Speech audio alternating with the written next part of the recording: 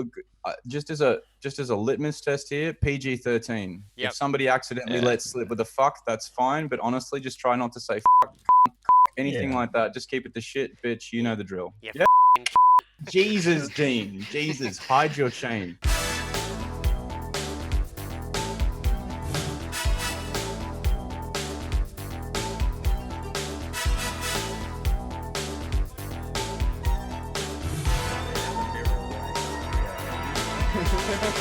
Where are you? 7:38, 7:28, I believe. Lucas, David, and I are in the same area. Like, Oh, okay. Yeah, like, oh, in my country, it's 7:30. yeah, 7:30 in the morning. I'm sorry if we're all drunk and you're just waking up. I checked my No. phone. I am now living. I got to say, have you ever seen the movie LADYHAWKE, Martin? No. Okay, if you ever get the chance, LADYHAWKE is an absolute classic. Lucas gets it. It's just about a guy who loves a woman who turns into a wolf or something. And a hawk during the day. And at night, he turns into a wolf, so they can never be together. And Martin, that's what our relationship is. For you in the mornings when I wake up, and I'm there for you before you go to bed. But that's it. That's the only time we ever meet. That's the only time our relationship is pure. That was such a deep cut. Martin, I have to say, you look like the sort of younger, more attractive French-Canadian version of Dan Harmon, and I like that. That works for me. Harmon. Just from a distance, you know. He's a genius. It's fine. Yeah, true that. Everyone community is look like awesome. either Johnny Depp or a prostitute, so that's fine. Don't worry about it. Like, I'm literally hearing sounds from Canada, and I love it. I love it so much. Yeah, it's my cat. I even like how you've got I like it how even Martin's got the wood grain walls. It just feels I know, right? Yeah, dude. Martin, he really does. It's those kind of walls that scream, "It's cold outside." Do you live in a log cabin? Is it snowing like all fuck outside? The snow is really melting, but we're gonna have a snowstorm tomorrow, so I'm gonna cry a bit, I think. You can't leave the house anyway. Yeah, but spring is much more good for the spirit than winter, or Canadian winter anyway. As far as I'm concerned, both of these places might as well be like from a Pixar film in terms of my actual human experience. So, I mean, the only snow I have experienced was literally at the point in Australia where snow develops, which is like so far above sea level that your ears pop. For me, it was Tasmania. Snow? Tasmania on Christmas Yeah, Day. Tassie. Christmas Mount Day. Wellington in Tasmania. Mount Wellington. I was on Christmas Day in summer, went up, and it was just snowing. And there's fucking snow on the top of it. Like, You guys don't have snow? Yeah. When I was in Japan, 2 years ago now, 2018, 22 degrees in Tokyo, bottom of Mount Fuji, 18 degrees. We went up Mount Fuji. Then I finally got to see snow falling. Yeah. As we're driving The up. only time you seen snow falling was in Japan. That was, the first time I saw snow fall, I was up on Mount Fuji, Yep. Okay, hi, this is David J. Ross from 15-Bit Games. I'm just here talking tonight for our first and probably a continuing series of interviews that we're going to have regarding the 15-Bit Games staff and the development of our our first effort, Road to Nowhere, that we'll be releasing later this year. Just want to introduce everyone currently that's on this channel. Obviously myself, head writer and producer. We've got Dean Thompson, director and project lead. We have Lucas Straughtons, who is currently doing a whole bunch of different stuff for us. We just call him our assistant director. And Martin Barassa, who is that Barassa? Is that how you pronounce it, my friend? Barassa? We'll say it's that. Barassa. Barassa, okay, cool. And you're pretty good. Thank you. He is our marketing and PR gentleman. Honestly, we would not be here without him, and I'd like to thank him from the bottom of my heart to begin with. Now, we are currently going to have a bit of an interview between myself and Dean. Lucas. I combined two names. That's a wonderful start. Cut that. Lucas is here It's all right. I get it all the time. Martin is here to make sure we don't say anything naughty, and Lucas is here to just make sure it's all fun. And he just adds to the conversations. He adds flavor. He That's does. He flavour. adds flavor. That's flavour. Yeah, that's all I'm good for. All right. So first Flavor? and foremost, the brief introduction. We're obviously creating a game right now. We're doing it in the middle of this pandemic, but honestly, we've been doing it for probably about 6 months now, and we're just going into overdrive. Obviously, Pretty much. the game is called Road to Nowhere. It was written by Dean and myself. It involves a lot of very mature themes. It is an adventure game, a point-and-click adventure game. One of those games where you walk around, you try to steal everything that isn't nailed down, and you talk to everyone and do everything to get the most out of the experience. So It's an FMV game too. Very important. It is yes. an FMV game. that is very true. It is also a full-motion video game, which means that it does actually incorporate actual rotoscoped video footage that we've been shooting on green screen, and we're getting shot on green screen from various people around the world. Thank you, extras. You're exactly Well, right. they've been super helpful. Absolutely. Yeah. Since the start of COVID-19, when we got to Act 3, we're originally going to source people in Melbourne, Australia, and get people to come to my house where I have the green screen studio set up. And We were. we were going to film a whole bunch of people for that scene, but since the pandemic, it kind of became really impossible unless I want to get fined Australian dollars. We live in probably the most police state area of Yeah, Australia. I know, right? right? They're really just worried, and I understand. Look, it's a super intense issue, and obviously I just want to shout out to everyone who is in isolation. Obviously, this is a really rough time, and we wholeheartedly recommend that you get behind your computers and behind your notebooks and behind your media. Yeah, just see what you're made out of. Come on, we're doing it. You can too. We're just True gonna that. run straight in. We've got first of all, I will be interviewing Dean. Yep. Which I'm sure will be fun. Dean was not privy to these questions beforehand. That's a lie, but he will It's a answer lie, to yeah. the best of his ability.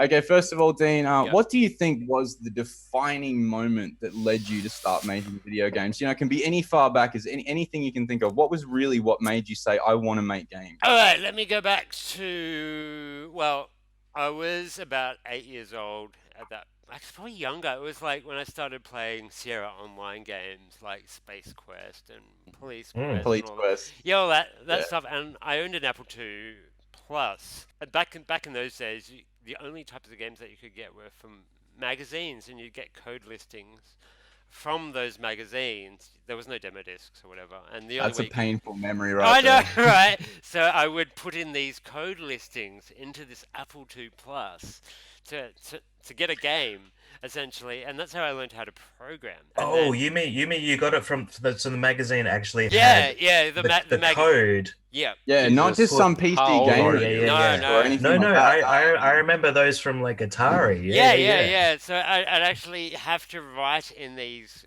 thousands of lines of code, and the problem was If you missed one little bit, it's not like it is now where you can just scroll up and down. It was just like you had to manually. Yeah. Later Use that. on, I saw like Access Software, which is like the Tex Murphy series, Under a Killing Moon, Martian Memorandum, Pandora Directive, which was more FMV orientated. But the difference between those FMV games and others is there was interaction. A lot of FMV games, they are like you'd watch like 5 minutes of FMV, make a choice, that's it. But they somehow incorporated more interaction with the FMV, so it didn't feel like you were separated from the full motion Sure. video, which is hence Yeah. the approach that I came from with A Road to Nowhere, where it uses the FMV in a way where you don't feel so separated from the gameplay. Like I could do the full production FMV stuff like throughout. Like I've seen a lot of there's kind of been a rebirth of FMV games recently on Steam. Definitely. Yeah, like Yeah. 100%. and even some of those games still lack the interactivity Yeah. that you kind of want in a normal adventure game. And Yeah. I decided to take the old school Under a Killing Moon approach to having more interactivity, but with the real actors to get that like more video gamey, less filmy, but still integrating both. You at are the same right, time. though. You are Yeah. right, because Under a Killing Moon is a really good example because you've got that good combination of the actual videotaped parts that they have done with various green screens, some of it on set and otherwise. Yeah, But then you have the very definite gameplay areas where people can actually interact, they can look at stuff, they can have an opinion, you get a lot of dialogue, a lot Pretty of much. content. pretty much. And that's If I very can ask a question. Yeah, sure. Dean, what's your favorite FMV game? as I'd say, probably if I had to say out of all the many, it would probably be on Pandora Directive because it had the multiple Yeah. choice, the multiple choices, the multiple endings, and the writer for those games actually went on to work on for Mass Effect. Mass Effect actually used very Oh, true. really? the yeah, I'm yeah. smiling from ear to ear Yeah, I right know, now. I'm right? wearing an N7 So jacket. the actual writer for Pandora Directive went on to work for Mass Effect, and the Mass Effect team actually got inspiration from Pandora Directive, which was amazing. 'Cause I Wow. watched Can an I interview. actually throw that question out to everyone else as well while we're Yeah. here? Favorite FMV games? Lucas, what about you, man? Oh. Do you have one? Do you go We'll that come far back back? to you, Martin. X-Files? X-Files was a really good game. I quite like that game. It was As pretty good. FMV games go. It was FMV Games. It was pretty good. That I'm used the same actually, phrase. I'll pipe up and I'll say Her Story. That's probably my favorite That's FMV more. That's game. Yeah, a it more. was It's a more recent one. Yeah, that was like the I start of the really reboot. liked Her Story. I liked the kind of story that it told. It was really unique. I've not played anything quite like it. I'd love to copy that stuff. Not copy. But that's another game. Homage. That was another game that incorporated more gameplay elements with using FMV. It really did. It really Yeah. did. And that, as far as I'm concerned, that for me is a successful FMV game because Yeah. an unsuccessful one would be like Night Trap. Yeah, try that one. Did you get terrible? Martin? Did you get the remake on PS4 for Night Trap? Did you actually get that one? Or was Yeah, it- I did. Yeah. No, for the computer. Yeah, you could. Yeah. I played it as well, and I'm like, this is really painful. I can't. Honestly, Yeah. you know what I like? David Cage, I think, is the current person in the world who is taking on the continuing night or whatever that game was, Phantasmagoria, everything like that. Yeah. I have a soft spot for Phantasmagoria too. Yeah, if I can say what my favorite Yeah. favorite games are, a modern one is Contradiction. I just love Yeah, that that's game. the detective game, right? Yeah. Ah, yeah, Yeah, it's it's so pretty good. It's pretty good. And an old one is Phantasmagoria 2. Yeah, I love Oh, nice. Phantasmagoria too. Nice. Yeah, because it's No, more Phantasmagoria science 2 really fiction. changed the game. It did. You just Yeah, like it's- you it's just the like first the one I BDSM played. scene. It's the first FMV game I played.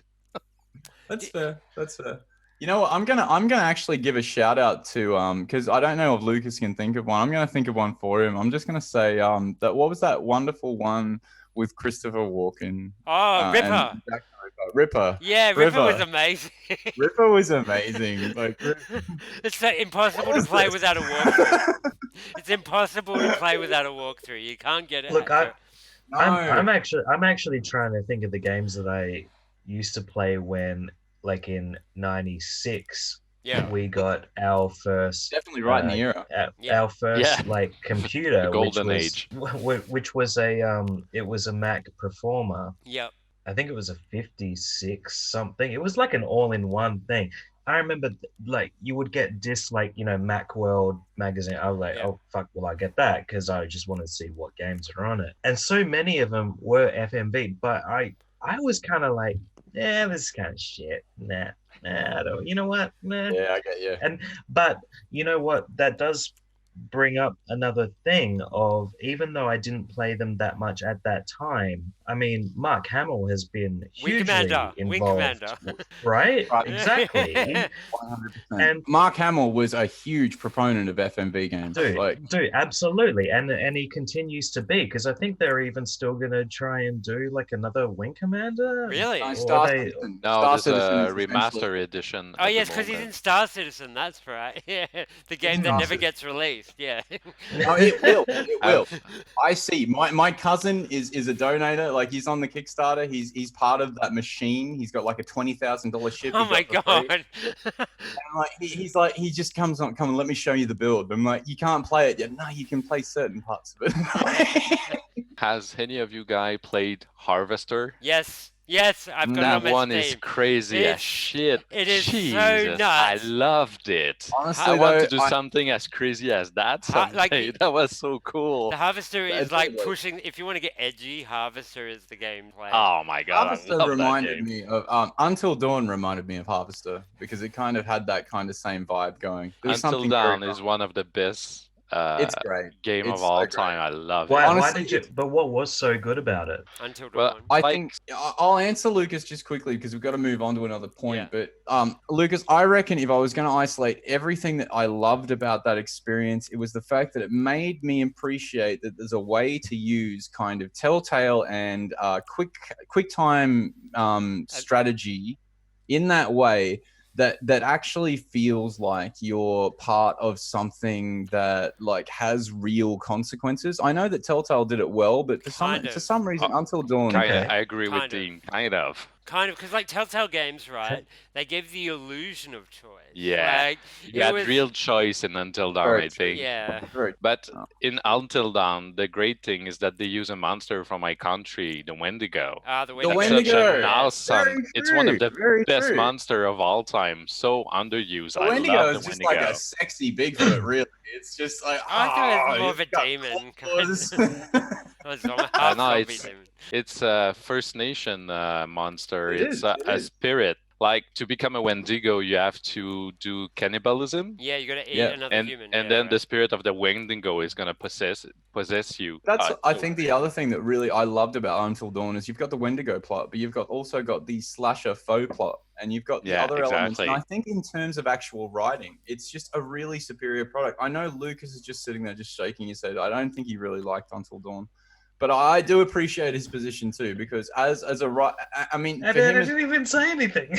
like he also loves the Yakuza series. I I'm love just the gonna put Yakuza that series as counterpoint. well. Like, And just to say, like he I think should have chosen Yakuza almost as the as the example there. Yeah, kawaii. No, well, just putting this out there, Dean. Favorite movie or video game horror icon of all time? well, I do have the Tall Man for Phantasm as a first. I love That's the Phantasm series, which is a direct influence in Road to Nowhere.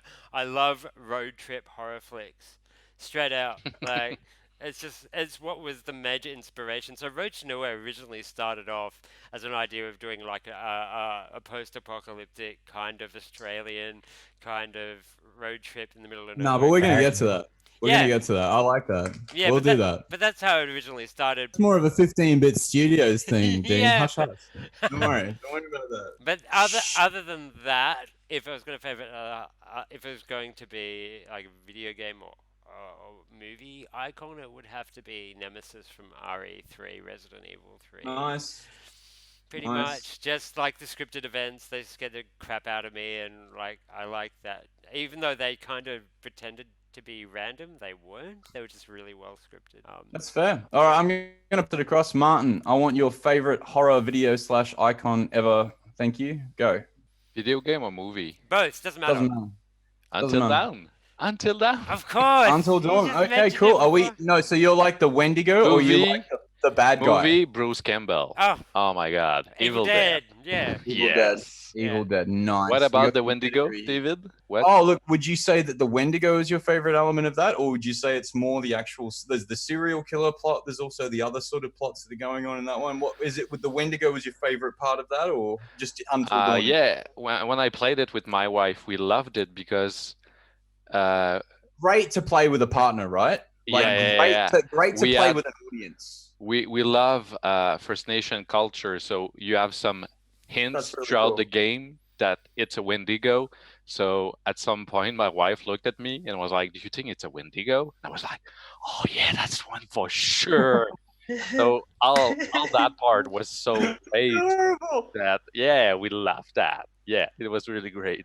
Lucas, you're up, buddy. Favorite movie or video game horror icon? Shit, man. I mean, look, fear, fear, FEAR, because it has The actual dots in game. between. Yeah. Like jump scare, like the girl in that and Yeah, the little girl. ghost, they would scare the fucking shit out of me. I Like- agree. If I can be a nerd Fair enough. and talk about a book, Legend of Sleepy Hollow is great. A great yeah. horror book. Oh yeah. No, I'll give you that one. That's a good one. I'll give you that. If But it- Lucas, if it- what about film? Film, buddy. Something. Just Film, look, anything that when it's dark and all you can see is just black eyes, that scares the fucking shit out of me. For me, it's psychological horror. Like anything And psychological. if you're talking about slasher, I'm not a big slasher movie I'm more- dude. Like That's fair. Jacob's Ladder, I So, totally forgot. Weirdly, Jacob's I'm not Ladder. either.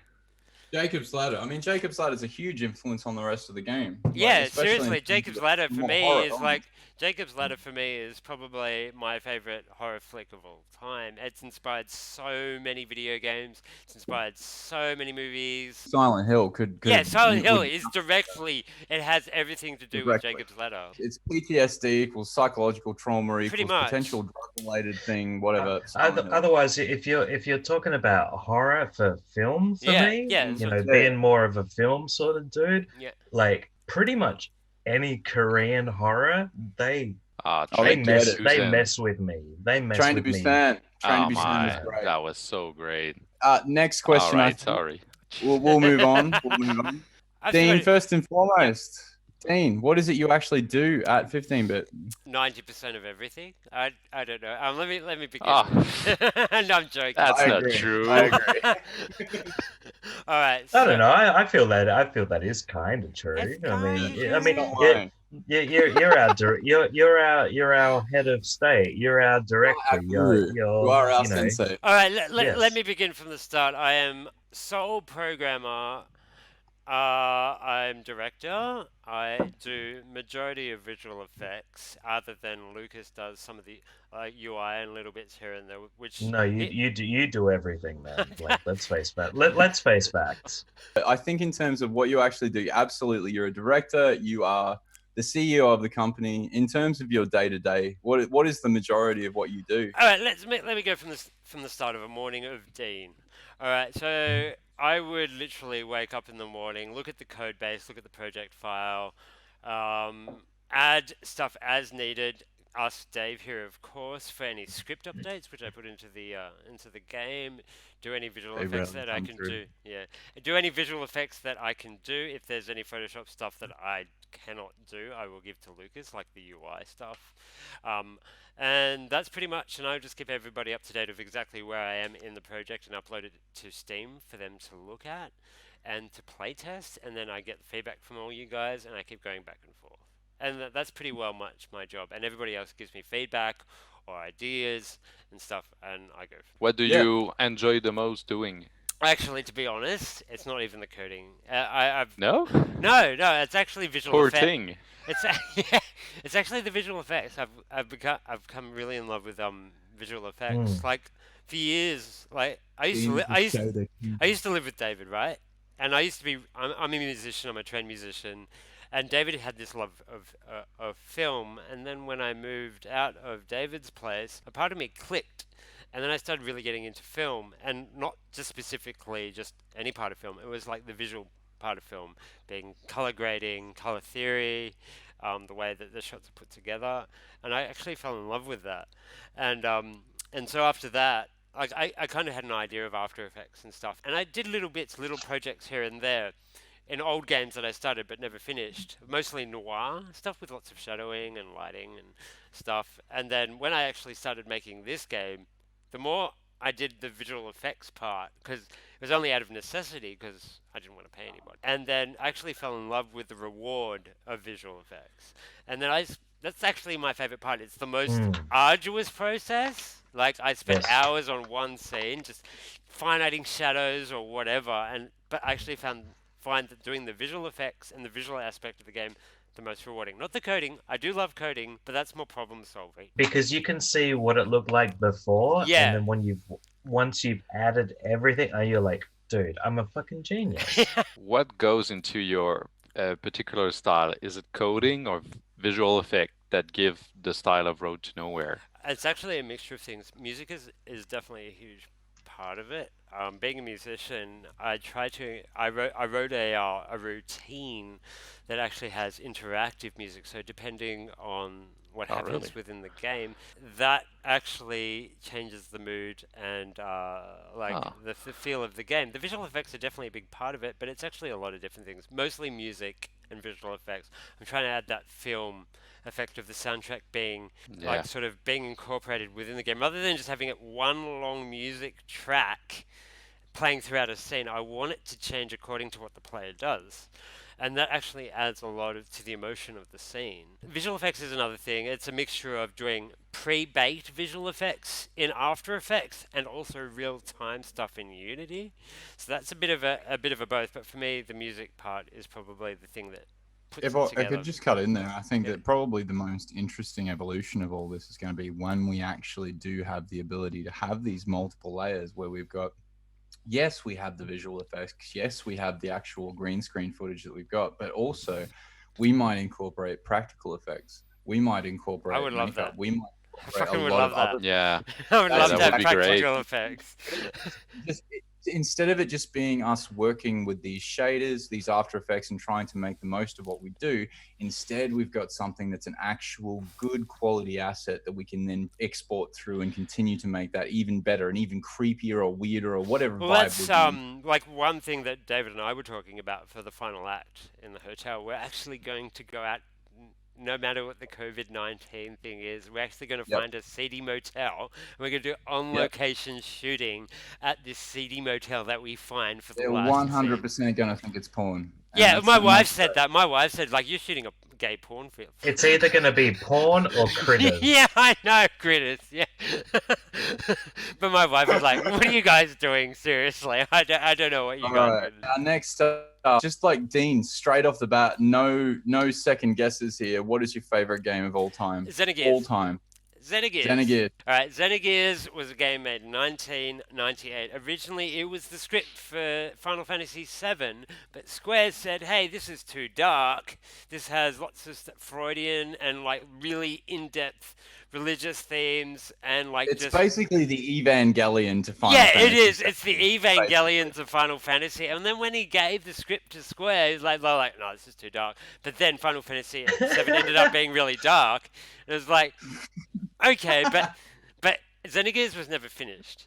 And Xenogears went on to be Xenoblade Chronicles on the Nintendo. All the developers. They also made Chrono Trigger. So this Japanese RPG. So basically, this is very similar to a fan of, say, Half-Life 2, who never got to actually feel what it was like to experience the end of the Half-Life 2 Pretty saga. much. Like that, you have those feels, you understand it, but for you, it's a Japanese mecha, romantic kind of melodramatic saga.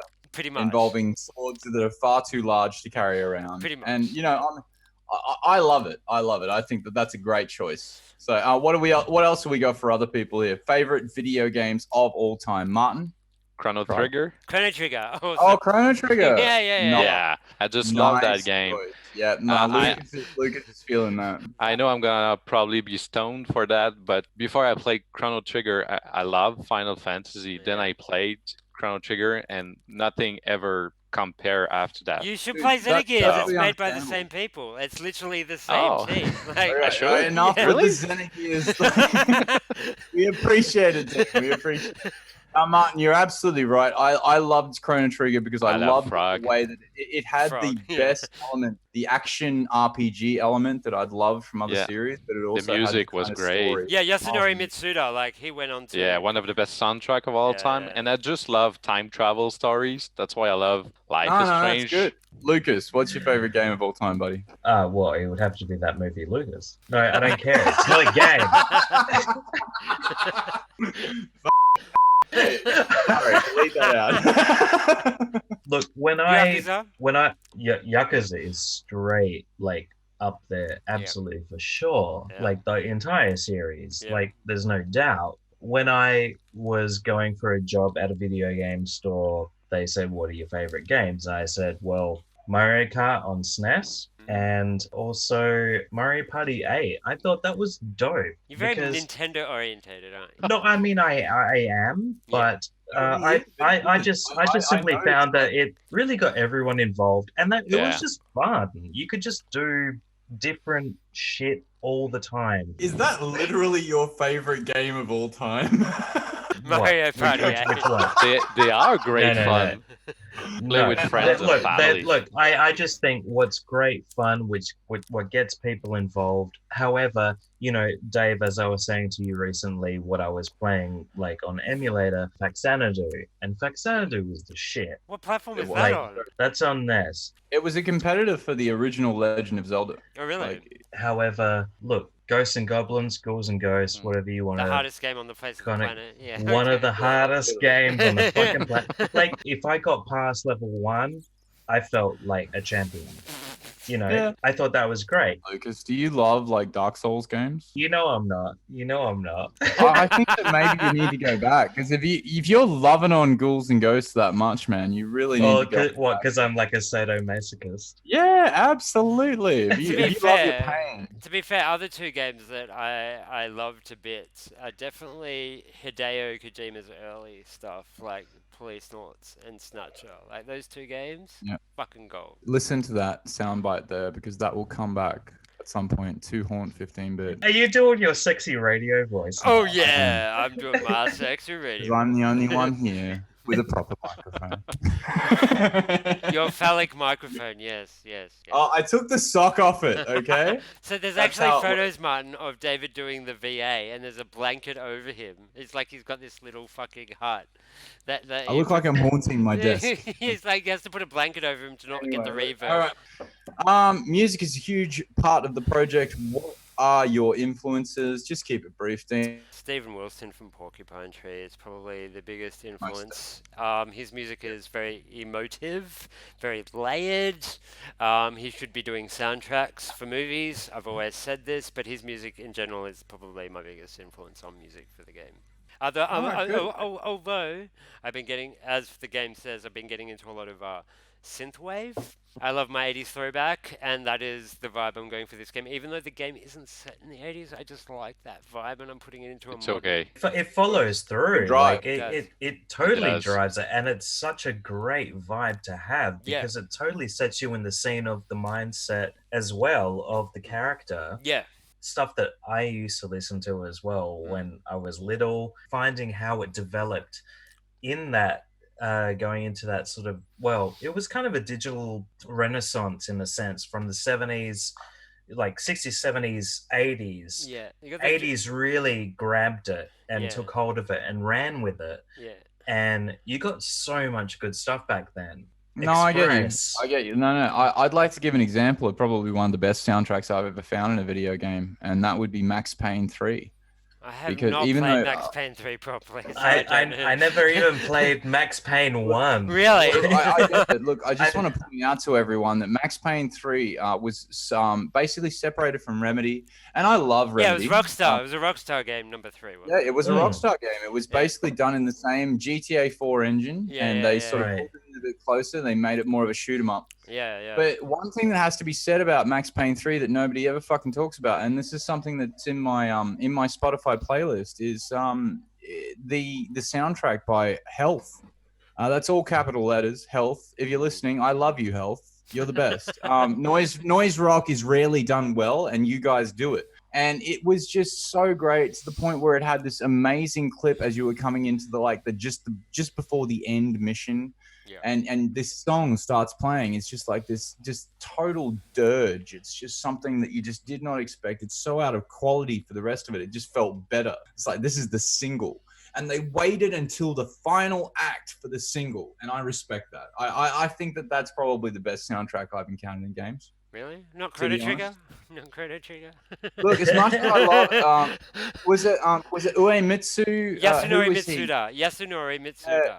Yeah, he is amazing, and don't get me wrong, I'll never have a problem with his work. But I think that this was just from a title that I paid $4.95 for on Xbox that I just did not expect to actually enjoy. And then when I got to the soundtrack, I'm like, far out! This is amazing. Let's So, be yeah, let's be honest. The karaoke sessions in Yakuza were the best soundtrack bits ever.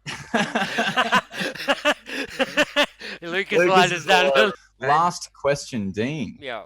What has been your biggest challenge since starting Road to Nowhere? Learning Unity, to be honest, because I'd never used Unity before making this game. I made a prototype of Police Quest 4 as a starting point to get used to the engine. And then when I realized that, like, yeah, I can't do this, Activision will kick my ass if I make this game because they own the rights to all the Sierra properties, that I could not do it. And so, like, one day when I was walking home from work, I'm like, all right, I'm going to do my own project. And then learning Unity over the process has become a lot easier. There was definitely times where there was lots of bugs and I had no idea what was going on, and there was definitely points in time when I was making the game where I'm like, am I using the right engine? Am I going to be able to do this? And then just without a pure persistence, I was able to figure it out.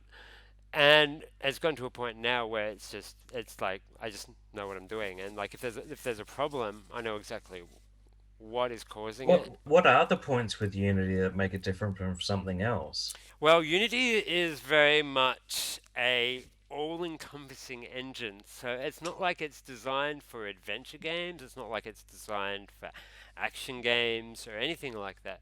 So you've got to pinpoint the elements of the Unity engine that you can use within that process. Like, for example, this game is in 2D, and I was looking at different engines, and I was looking at Unreal 4. Now, Unreal 4 is really terrible for 2D, and I looked at everything, and I looked at other engines. I was looking for, like, what are the limitations of all these different engines, and what am I specifically looking for to do? And in the end, I found Unity to be the most adaptable to the process. But the fact is that Unity is quite complicated, and it's taken me a year or just Yeah. over a year to actually get used to it. Why was it so adaptable for you? Because Unity has such a great community behind it. And so with the community behind it, if I have a problem, it's Mhm. really easy to get a resolution. If I Yeah, right. Great. Yeah, like that's the biggest thing. It's the community behind the engine, so people make things to help you with specific points within that engine. Sort of like the Linux crew, right? And that's where you kind of come from. Yeah, It's from I Linux, come sort of. from Linux. Yeah, so that's my. Yeah. I come from a software development background and a Linux system Hmm. administration background, and so the community. And that community is huge, Yeah, right? it's yeah. So, massive. and it always is very keen to help you Yeah, out with pretty much. whatever you're looking for, and They're always how keen we to- can help each other. Yeah, they're always keen to help you out. Nobody's Right. hiding like concepts and ideas yeah, behind yeah. a brick wall, and you can't figure it out. Oh, hello, little child. Yeah. But yeah, that's the thing. The community behind it's really helpful, and if I ever get into problems, then it's always really easy to get a resolution. I'm going to basically wrap that point up, and Yep. I think we should probably move on to the next section. Dean, do you All right, actually it's have- my turn. All right. Throw whatever you like Alright. at me. You all know that I am as ridiculous as I make out. Let me introduce you. So, David and I have known each other for years. I've known that he's been a writer for since I've known him. When I first started developing this project, he was the first point to help me write the game because it's one of my weakest points. Now, David, what was it that actually got you to commit to 15-bit, my company? And what was that? Was this not your first attempt at, luring into indie development? Have you thought about it? Continue like your background and stuff like that. I think more than anything, Dean, I always knew that I was going to need to get involved with this kind of community, and that I was going to need to get involved with you, because frankly, you were the only person out there that actually had the drive and desire that I knew that actually was willing to go through the wars to get involved with this. I got very excited very early on when I saw the actual attempts that you'd made last time at doing a 2D adventure game. Yeah. I don't recall the title, but I saw the videos and I was very, very impressed. At that point, I actually started to get a bit of copy out there so that we could sort of start to work on something that would be very post-apocalyptic. It would be very Walking Dead style game. We weren't calling it Telltale then. We were calling it Walking Dead. Yeah. That's how far back it was.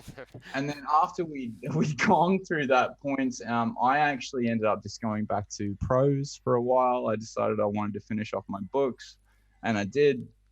But realistically, not only before everything sort of went to hell and we had to sort of start reconsidering our options, I was not happy in my career. I was not happy with where life had sort of taken me. And when Dean came up to me and said, I want to make a video game, I'm like, I can literally do anything for you at this point, video game related, because I've got 30 years of knowledge, and I just like I understand a project. I understand how to go from start, beginning, finish, done, all of it. So yeah, that was basically me. The real impediment was me. I had been through enough sort of attempts at trying to get shit out there, and this time I knew that I could create a product. I knew that I would see this product through from start to completion, and I decided that that was time. It was time to just focus on Dean. You have my attention. I'm there, like 100%, and that goes for any of my contributors. Anybody who wants to collaborate with me.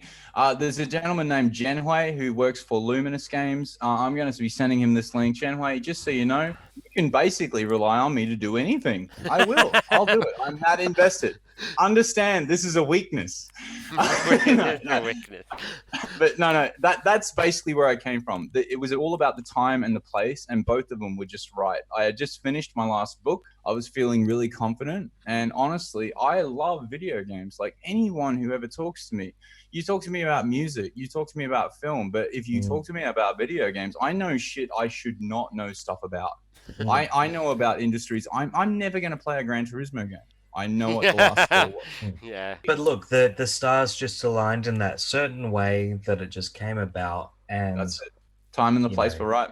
Time and the place were right. It's really amazing that in the game there's so many, although the atmosphere is very heavy, there's so many funny lines. Yeah, that's the thing. It's Really? like there's a disposition between the seriousness. Yeah. I think you need to. Yeah. Otherwise, it just goes down like always. All right, so David, favorite movie in 3 seconds. Well, I'm going to give you two right. straight off the bat, because they're my two all the time. It's either one, Fight Club. Yeah. I'll give that a second. Yeah, Fight Club. Right, I was thinking the same thing, Martin. Secondly is Scott Pilgrim. Really, Scott Pilgrim? Oh, Yeah. thank you. Okay, you know what? I gotta ping that as a fucking goodie. It is. I have the video game still. I played it on NES. I think the movie. I just think, thank you, Edgar Wright. Yeah. Thank you so much. 100%. He gave us what we didn't know we needed. Right? Thank you. Yes. Exactly. And I'm sure Martin would agree that a little bit of Canadian flavor goes a very long way. And that was just a wonderful cut from a predominantly British director who just totally knocked it out of the park with some truly Canadian source material. What do you think about that, buddy? The snow was great. Michael Cera is Canadian. Indeed. It was fun that it was set in Toronto like that. It's not, but so it was really great. But I think you'd agree that one of the biggest problems with Canadian cinema is it's basically a stand-in for American cinema. I mean, how many times has Vancouver or Montreal acted as a various American city? All the time, because it's cheaper to shoot a movie here. Exactly, it's far cheaper. Look at the X-Files. The X-Files was the predominant, like, there's nothing wrong with Vancouver. I'm just saying, like, you know, I love that they actually had the ball. It's a great city. In Toronto. They have a SkyTrain. Exactly. You had the various Why do I think of The Simpsons every time somebody mentions that? No, it's not you. But having said that, you now have to edit. All right. I had to talk to you guys to realize how much Canadians were in your pop culture. It's crazy. Yeah, it's nuts. Oh, look, it is so nuts. Like, you know, 100. We're cousins. We're brothers in arms. We are. That's exactly right. Like, I don't think of Canada as being this far off country. I think it is being probably one of the closest commonwealths we've got to Australia. Yeah, definitely. We're all in this together against America, guys. Right? You know. All right, so. I'm going to move on. Yeah, next question. So Road to Nowhere was clearly a very personal experience for you, scripting-wise. Can you explain why that's the case? I think this is a real big thing for Dean and I, and it's probably the first time that we've really had the chance to sort of discuss this. This was really a personal project for us because, frankly, both of us have been through really terrible personal experiences. We have been in situations in which we felt trapped. We've been in situations in which we felt that we had no power.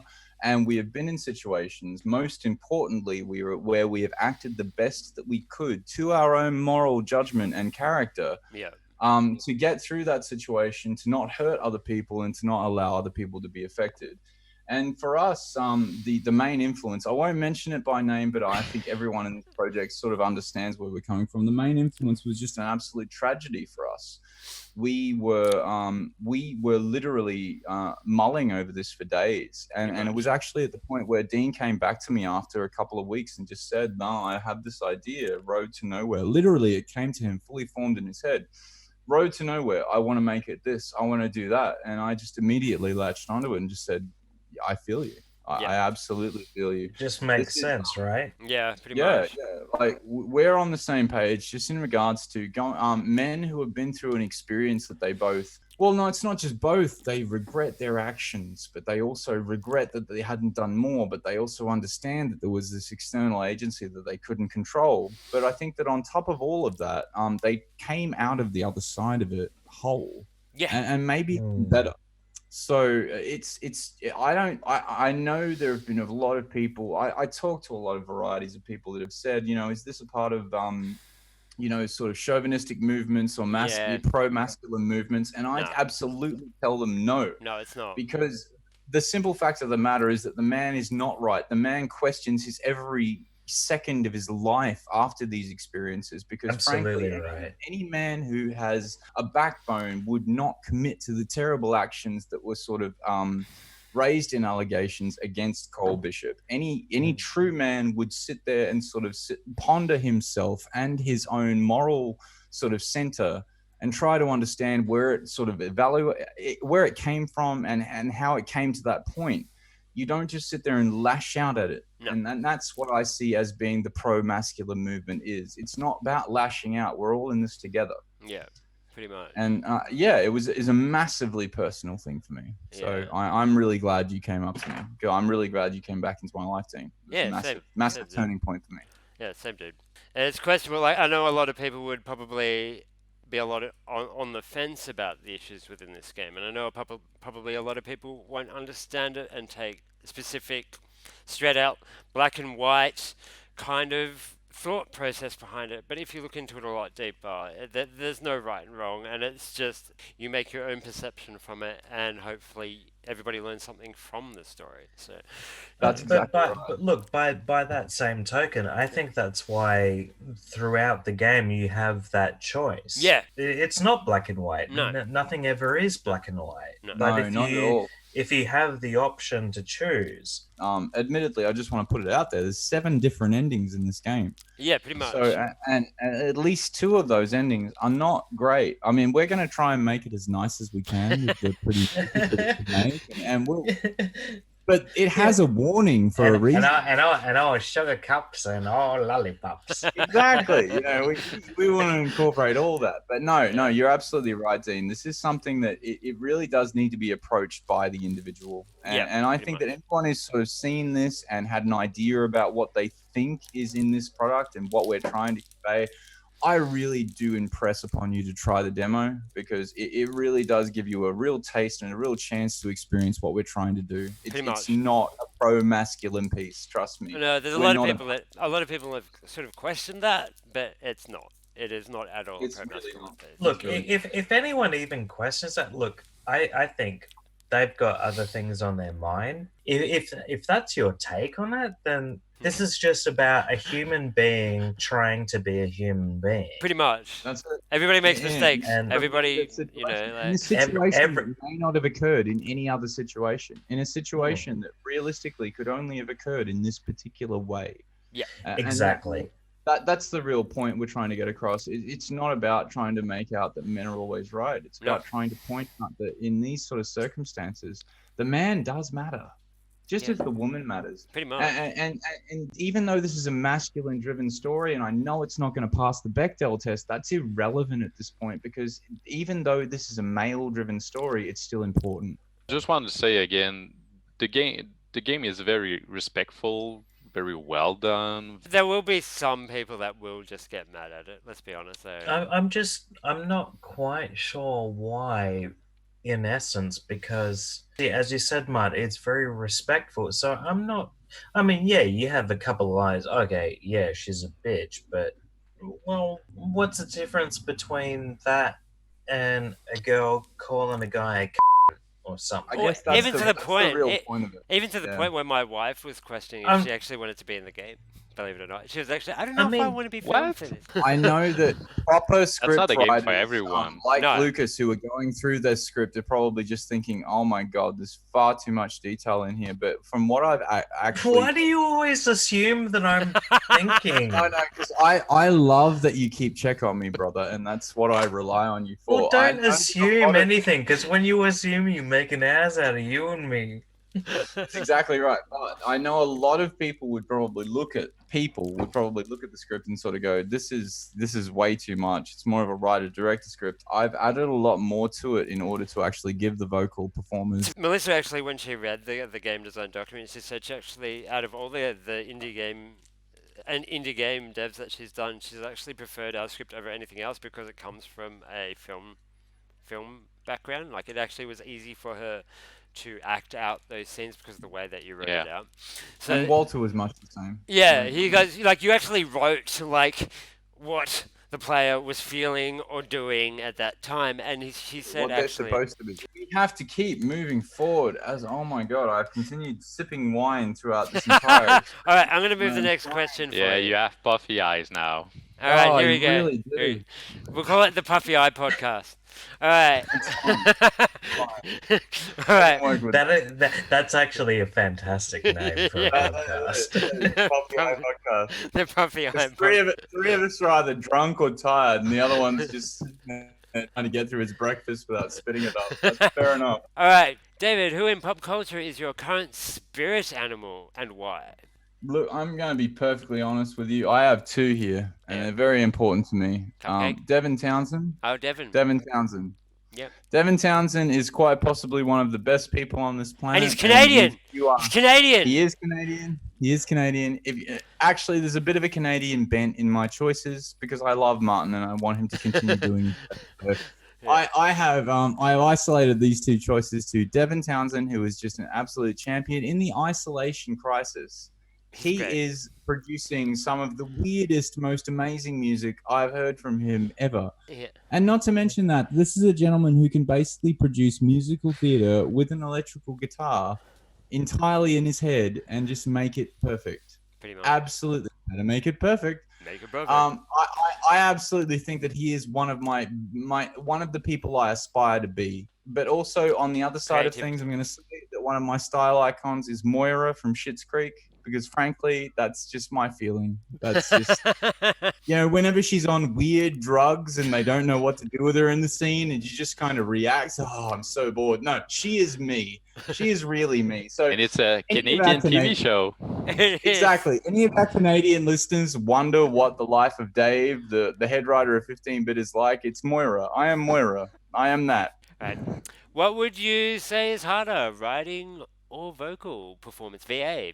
I'm perfectly honest with you. Vocal performances is far harder than actually writing. It feels like I can go into a scene and I can rebuild it and I can focus on the important elements and I can just live my best creative life very easily when I do the writing. That's not a problem. People just give me parameters and I do it at this point. But yeah, I would actually say vocal performances are they're far harder. Because you have to actually consider the whole end goal of the scene. Yeah. Well, I've found that when we've done the VA in the game, you've done your initial VA, and then say somebody else has done the dialogue next to yours, and then I've played the scene back to you, and then you've gone, okay, I'm going to redo some of my VA in correlation. Yeah, and 100%. Melissa's done the same thing. She's listened to your VA, and she's gone back and forth, and it's gotten to a point where it's been done 2 or 3 times. To my disdain, mind you, because I have to cut it up every single goddamn time. I got to admit, Absolutely. I am channeling a combination of Christian Sam Bale. Neill It's Christian Bale, in isn't the it? Mouth of Madness. Yeah. No, it's Sam Neill in the Mouth of the Madness. Madness. Madness. and Dave Jack Cat. Nicholson in Chinatown. Those Oh, are the yeah. two. And then your visual elements of American Psycho, like in the diner scene as well. Oh yeah, look, I mean, I can't help but be American Psycho. 'Cause that's just me. It's just, We had thought of getting Dean on board, but he's done a wonderful junkie bit that I think is basically the extent of his VA. that's and the it's extent of my VA. I just did the junkie in front of the diner. That's about as much Look, as I did. if I was perfectly honest with all of you, if you're really impressed with the VA, I am super stoked and I love you all to bits. Thank you so much. It's really good, dude. It's really good. Yeah, As it's far really as I'm concerned, it's still just I have to keep tabs on it. I am very much Absolutely, you do, because it's a very difficult thing to kind of keep going for what region you're looking for. Also, exactly. You the know, the VA makes or breaks the game. It's not my natural tongue. Oh, Like it's it's great not what I VA. do. I've posted a tweet yesterday about the fact that Dean was playing Cole and David was the voice of Yeah. Cole, Yeah, I saw and that. Yeah. the physical acting of Dean is really good too, because I think he really conveys the pain of Cole, and then you have the voice of David on top of that, who really gives life to the character too. Yep. So yeah, I think it's really a great mashup It's of actually interesting you say that because when I first was implementing Dave's voice over my body, I thought I'd freak out. To be honest, like I was like, oh, mm, Dave's voiceover on mm, It's entirely organic along the way. pretty We've much. tried to make this up as we went along, and even mm, though that, and realistically, there's still some more points we're gonna kind of we're gonna like sort of come across along the way, and we've got some huge ideas for our next project. The next game for legit, we're gonna be heading into the future, Yeah, it's and got a lot oh in the right, for the right, future. next right, game, yes. Yep. yeah, for the next game, legit, we're going to be adopting some new kind of gameplay strategies and really trying to expand upon what FMV means. I'm going to use a But different engine as that's well. neither here nor there. Yeah. Is there a French Is there a Canadian in the French game? Canadian in the There game? is a French Canadian in the game. I have been All right, so I could probably answer this question even before you can. Name your hero. What? No wrong answers. Neil Gaiman. I'm sorry. What? Oh no. Let me start again. absolutely Neil Gaiman. He is a gent. I love him to bits. I love everything he does, even his like Norse non-fiction in regards to like the old world and everything like that. It's just perfect. Yeah. So look, honestly, that would be one element of it, but realistically, my biggest influence ever is always going to be Stephen King. Oh yes, of And course. he created the Dark Tower, which is realistically the archetype for what I tried to go for in a much, much too ambitious story called Afterglow. It's on Amazon Kindle. I'm going to say, look, my hero is, as I stated earlier, Stephen King. Yeah. Stephen King is the man. All right. I know, we've got one question left. One question. I know. What examples of game writing have inspired your work? Definitely The Last of Us. Neil Druckmann. I adore you, my friend. You get it. Mass Effect 2. It got it. It really did. And I can't possibly... I can't tell you how important it is that every single person out there goes out and plays Mass Effect 2 and Last of Us. Because honestly, The Last of Us, the first 20 minutes will have you crying. Especially if you're a father. Like, it is a masterclass. And frankly, I mean, this is probably going to lead into my own desires for wanting to sort of set up my own sort of, podcasts and all that sort of shit. But what I wanted to really reiterate was that The Last of Us and the Mass Effect 2s of our generation, and there are a few. There have been quite a few. Shadow of Colossus, even though it's sort of back on the last generation, that's definitely come in there. The latest Final Fantasy games have tried their very hardest, even though it's very, very difficult. They're not great. They're not great. The continuing efforts of Cyberpunk and Witcher 3 and what CD Projekt Red, they are an absolute. They are our legitimate like heroes in this time. Pretty much. But I think that of all of those games that really nailed what I wanted to do with agency in video games, and I want to reiterate that agency in the sense that we go in there, we have the ability to have control, and then we feel whatever the gameplay designer is telling us to feel. And that could be anything. It doesn't matter if it's a 2D game or a 3D game or anything like that. We're just going in there. We are at the whim of the people who are trying to wow us or to scare us or to fuck with us or anything like that. Mm-hmm. If you're going to keep a fuck, keep that one. That was a good one. Yeah. But if you're going to get involved in this sort of industry, you need to be aware that there are people out there who are not like 12 years old. They're not sitting there just trying to absorb this information as fast as they possibly can so they can get better at Fortnite. We're not about that. We're about trying to actually create stories that you've not heard before in a manner that may seem familiar and make you feel things. We want you to feel things, and we want you to talk to us about how you feel things. And if you feel that you need to talk to other agencies about how these things make you feel, do so. We're there for you. We want to be with you because we feel that it's that important. Well, that's the thing. Like the video games for me that make the most impact on me are the ones that essentially make me think about who I am as a person and then make me cry.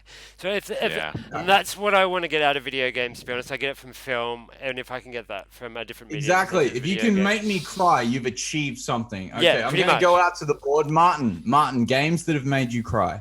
The rooftop scene with Kate in Life is Strange. Oh man, that scene it destroyed me so much. It's my greatest video game achievement because I saved her. Yeah. And then I watched people on YouTube I didn't save her. It's so disappointing. Really. And so many people were like, "Oh, you can fail at this? Yeah. You can save her or you can't not save her?" Yeah. It was crazy seeing all those YouTuber cry pretty during much. the scene. It was so great.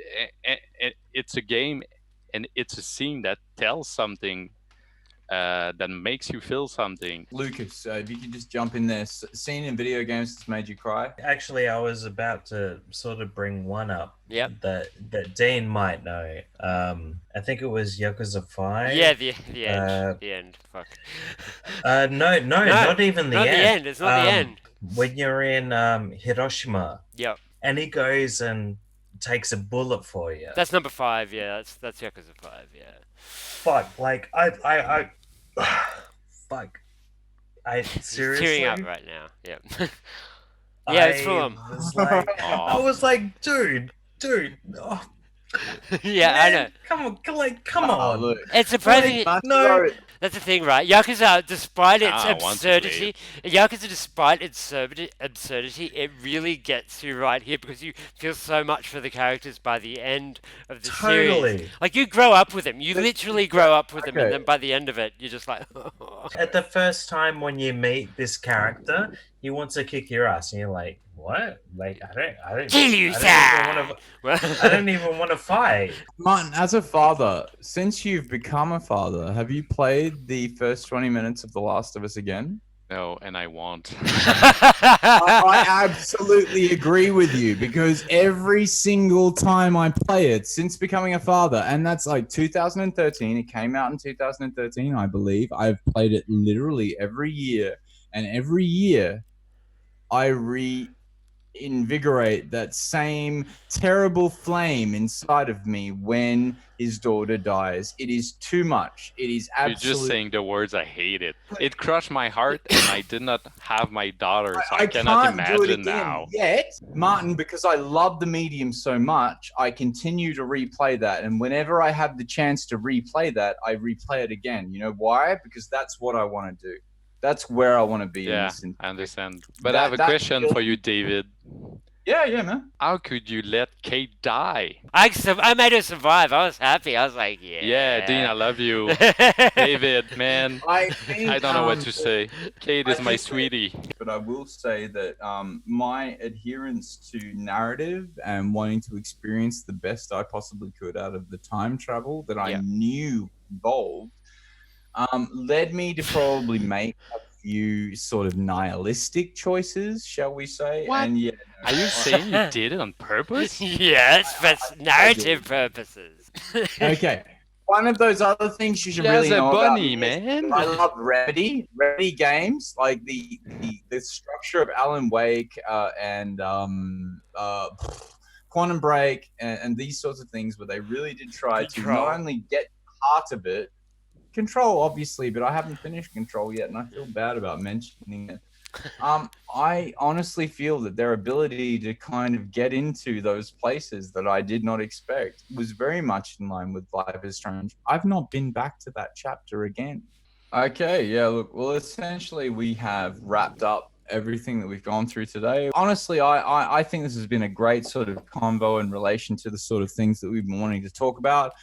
We want to understand where everyone's heart is at. We want to understand what we're all doing in isolation to make this work. And we are most definitely keeping an eye on our Well, lesser known party members like Lucas and Martin. It's been really good to hear from you guys. I'm really great to hear your voices. To be honest, we just see you guys like you don't hear it, you don't understand. We just see these guys as letters the majority of the time. Dean and I talk all the time, so it's been really great to actually experience the full spectrum of what is 15-bit at this point.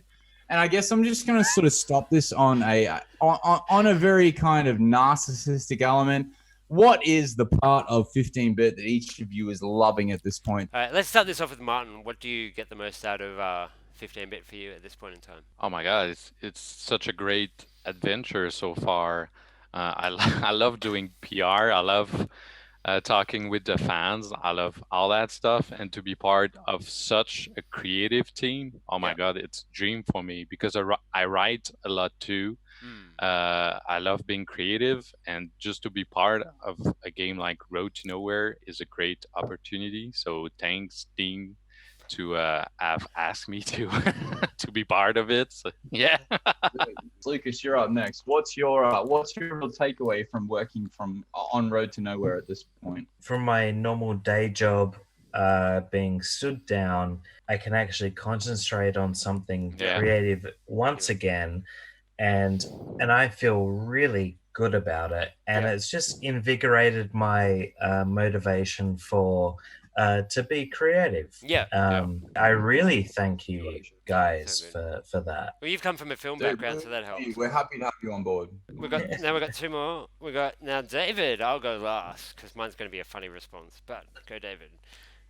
Look, in terms of everything we've done so far, I'm just really super excited and happy for the people that I have managed to massage and continue on board, but also to bring on board because I really do appreciate the breadth of talent that we have involved right now. I am super proud of Dean and everything that he's done because frankly we would not be anywhere without Dean. I know Dean says that we wouldn't be anywhere without David, but that's frankly irrelevant because I know for a fact that Lucas could have produced this script and probably produced it a little bit better. So it's not about... No. Dean is our guy. Yes. Dean is our guy. Dean we could not have gotten anywhere without Dean. Dean, you are my guy. I'll get out my nipple. Do you want to get out my nipple? If I had pants on right now, I would.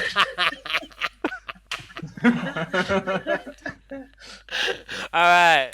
I think that the general point I'm trying to get across there is that realistically, we are a community effort and we are nothing without each other. So my response is going to be really, really different from the start.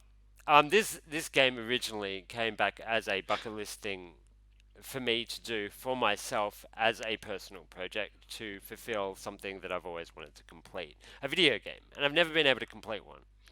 Either my writing was terrible or just something happened, but to have you guys on to help me fulfill that dream it's a dream come true, full stop. So I've been from all of your guys pushing me forward and the inspiration from everywhere else. It's just, thanks. That's it. Realistically, I cannot tell you just how much video games have taken over my life, but it's just how happy I am that video games have taken over my life. Yeah. It could have been so much worse. I'm going to wrap this up. This is the most pure and it's definitely the most valid, in terms of what we're doing right now. Yeah. Genhui, I love you, but I'm basically building something that's based upon an archetype. Whereas with this, we're trying to really create something different. Yeah. It's a great project. It's a great team. I'm really happy to be part of it. I think it's going to be a must-play game for all the reasons we've listed. I'm really happy, to be part of it. That's a good dude. But no, this project is absolutely fantastic. All right, Dean, you're up. Well, if this is also going to be on YouTube, please like and subscribe and comment down below. That's all I have to say. Not when you're pulling your shirt up. Oh,